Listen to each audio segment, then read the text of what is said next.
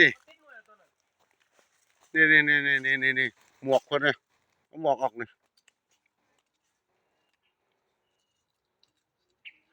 หมวกออกกันโอ้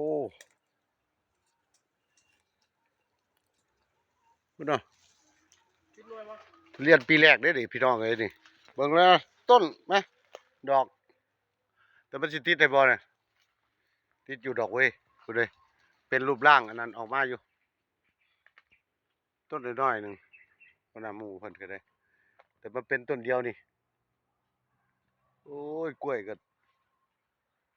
สุกนกกินไปแล้วคุณน่ะแต่ลำต้นมึงไงโอ้สัมบ่พอมาติดดอกอีกต่างหากพี่น้องเอ้ยบาดทีนี้มีแนวมาเจาะแล้วอุดโอ้ทุเรียนน้อยออกดอกพี่น้องเลย